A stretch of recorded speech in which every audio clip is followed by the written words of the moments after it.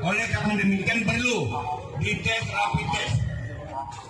Dan untuk kita pastikan para pemilik warung sehat, insya Allah para pengunjung akan saya coba bayangkan kalau sempat para pekerja terpapar, berapa banyak para pengunjung yang harus terpapar.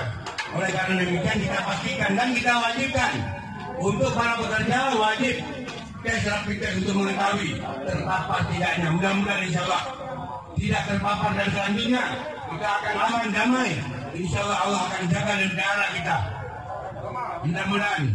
Apalagi malam-malam begini yang perlu kami ingatkan kepada pemilik warung wajib menyediakan tempat cuci tangan. Mana Pak pemilik warung tadi?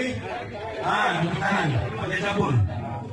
Terus selanjutnya perlu dijaga untuk yang selanjutnya.